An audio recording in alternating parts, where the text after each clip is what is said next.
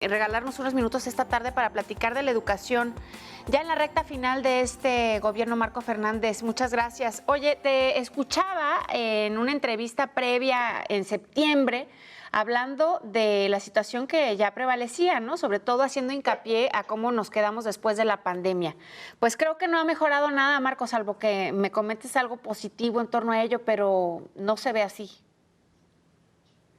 Hola Alejandra, muy buenas tardes. Me gustaría compartirte a ti o a quienes amablemente nos están viendo mejores noticias, pero pues no las Ujú. hay. En materia educativa me parece que el sexenio es un total fracaso. La serie de omisiones que la autoridad ha hecho a lo largo de estos 5 años o de las ocurrencias mal implementadas de estos inacabados nuevos planes de estudio que pretenden arrancar sin piloto, con serias deficiencias pedagógicas ahora a finales del próximo agosto, sin que además se haya hecho en el camino una medición diagnóstica del impacto en los aprendizajes derivado de la pandemia, que no se hayan hecho ninguna de medidas específicas para recuperar efectivamente a los miles de estudiantes que lamentablemente abandonaron las aulas derivado de estas clases a la distancia por 2 años. Para quien nos está Ujú. viendo, 1.670.000 estudiantes se perdieron en los 2 años de la pandemia y apenas este ciclo escolar de ese 1.600.000 se recuperaron 422.000. Es decir, hay más de 1.200.000 estudiantes que lamentablemente ya no regresaron a las aulas sin que la autoridad haya hecho esfuerzo alguno para poder recuperar y que estos vuelvan a estudiar. Y esto significa para estas niñas, Ujú. niños y jóvenes, pues lamentablemente un futuro sombrío, porque al no tener educación completa, al no tener conocimientos que realmente les permitan eventualmente integrarse al mundo laboral con éxito, no la van a pasar muy bien cuando crezcan y sean adultos.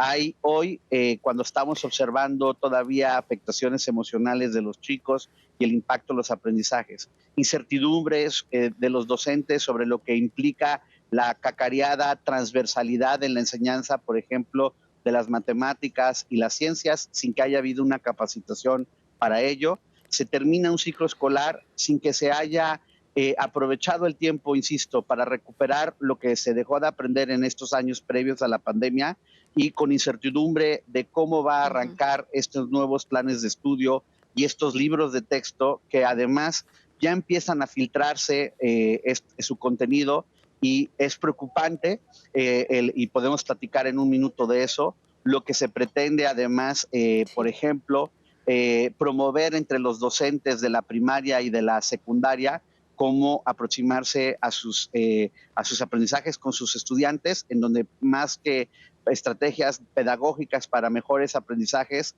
hay una serie de discursos ideologizados que de poco va a servir para mejor aprendizaje de los chicos.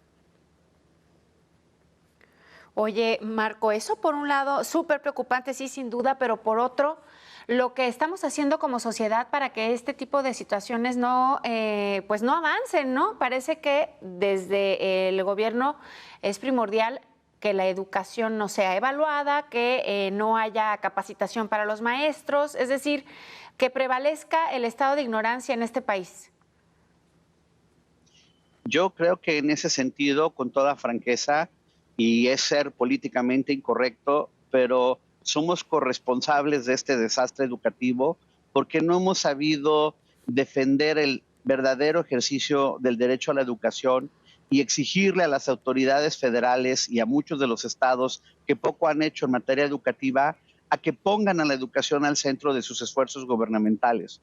Cuando el presidente se avienta su rollo a las mañaneras y tiene la cara dura de decir que no hubo afectaciones educativas derivadas de la pandemia y no hay allá afuera nadie protestando por las mentiras que resignifican en materia educativa estas afirmaciones. Cuando los docentes no salen a protestar por el maltrato que tienen respecto a los recortes sustantivos a su formación y a su capacitación como docentes. Cuando no hay protestas por los recortes que ha habido a las escuelas normales, cuando al CONAFE, que es el Consejo Nacional para el Fomento de la Educación, que quien nos ve son la parte de la Secretaría de Educación Pública que atiende a los menos favorecidos y ha tenido una serie de recortes a lo largo del sexenio, revelando que esto de que primero los pobres es solamente eslogan, pero no hay otra vez ninguna manifestación, ningún costo político por esta indolencia gubernamental, entonces vemos que somos, con toda franqueza, corresponsables al no saber exigir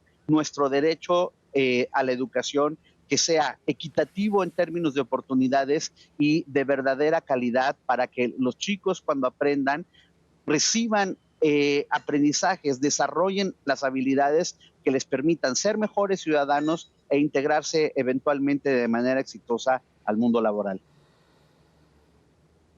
Oye, Marco, y por otro lado también, contrario a lo que esperaríamos como padres de familia, algunos docentes, en lugar de pedir más capacitación, herramientas para ejercer mejor la docencia, pues lo que hacen, sobre todo al sur de este país, es ejercer el poder que tienen, el músculo que tienen como sindicato para exigir algunas situaciones que creo yo que tendrían que estar en segundo plano, ¿no? Cuando la realidad es que más que una plaza, lo que se tiene que pedir es una mejor educación, una mejor capacitación.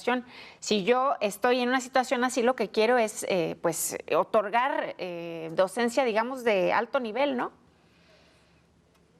Pues mira, de tiempo atrás, no empezó en este sexenio, ya lleva una larga, nociva tradición el sindicalismo magisterial, negocia en las calles y no en su desempeño en las aulas los presupuestos en educación.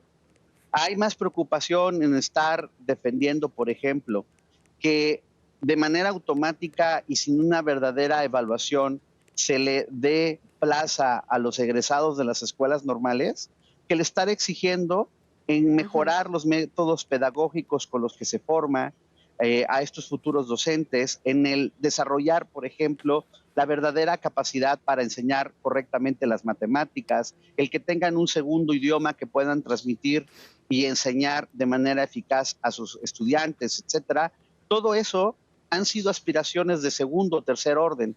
Lo que termina siempre pasando es lo que vemos nuevamente en Oaxaca, de una sección 22, apoderándose del Instituto de Educación para Oaxaca, del IEPO, y el gobernador haciéndole segunda, tratando de mejor hacer alianza política que realmente defendiendo el derecho de educación de sus estudiantes en Oaxaca.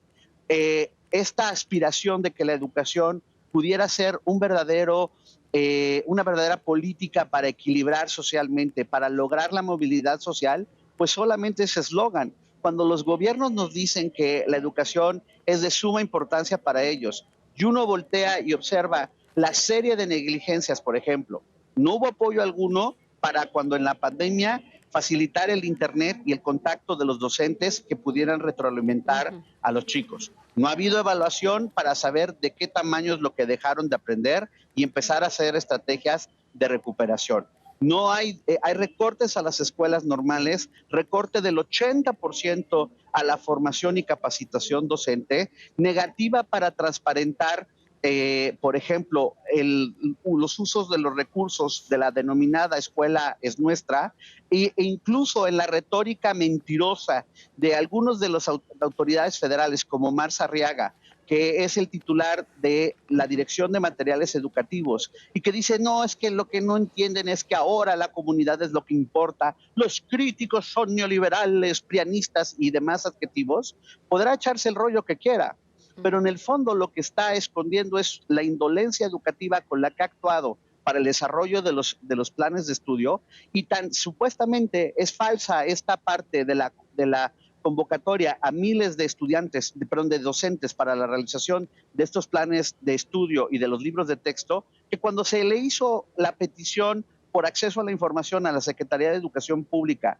de dame el registro, las minutas de estas consultas a miles de docentes, la Secretaría de Educación Pública reservó la información, revelando además lo que el presidente siempre supuestamente presume, ¿no? No que el que nada debe, nada teme, y por lo tanto es un gobierno transparente. Eso nuevamente queda en los hechos documentado que es mentira. Sin duda, Marco. Y la verdad es que esto debería de, a ver, como ciudadanos deberíamos de ejercer nuestra presión, ¿no? Si es que alguna vez la hemos ejercido, para que las cosas cambien, que los maestros se comiencen a evaluar, que sean, digamos, los docentes los mejores preparados. Si no vamos a tener buen sistema de salud y otras cosas, pues por lo menos la educación, que de ahí es de donde egresan estos médicos que ahora nos hacen falta. Sí. El elemento esencial para el cambio educativo sí son los docentes. Sí implica atraer a los mejores profesionales posibles a el salón del aula. Es tomarse en serio y gastar lo suficiente y de manera adecuada en capacitarlos en realmente mejorar sus prácticas pedagógicas, en incorporar de manera inteligente la tecnología para mejorar el aprendizaje de sus estudiantes. Esta idea que tienen muchos, por ejemplo, de que no voy a estudiar cuestiones relacionadas a las matemáticas porque las matemáticas son muy difíciles, pues solo retrata justo que no hemos capacitado a los docentes para una enseñanza adecuada de esta materia fundamental. Hoy en la mañana, en otro espacio informativo, escuchaba con atención la entrevista que le hacían al campeón mexicano, a un joven mexicano de 17 años que gana la Olimpiada de Matemáticas.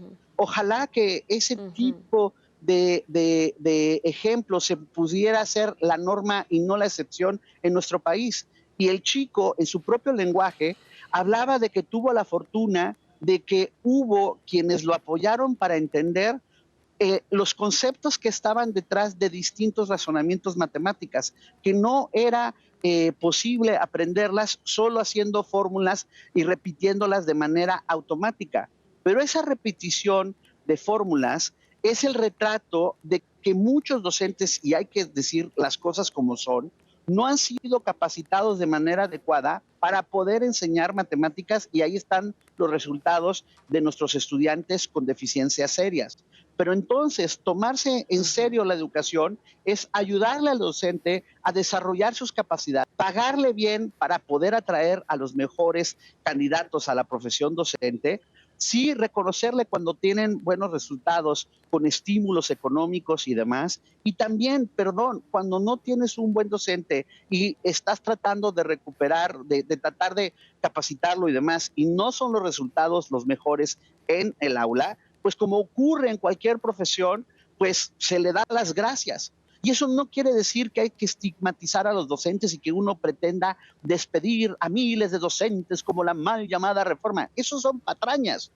Pero lo que sí se necesita es, le capacitas a los docentes en funciones, les vas acompañando para una mejor práctica pedagógica, pero hay docentes que ocupan hoy una plaza por sus conectes sindicales, no por sus capacidades en el aula.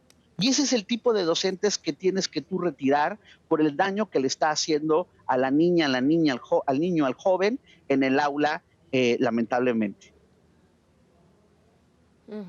Creemos que hay dos tipos de educación, Marco, la que cuesta y la que no cuesta, o la privada y la pública, y creo que en este caso no nada más es la privada en la que tenemos que exigir como padres de familia, si es que tenemos el privilegio de que nuestros hijos acudan a un colegio o a la educación privada, pero también en la pública. Alejandra,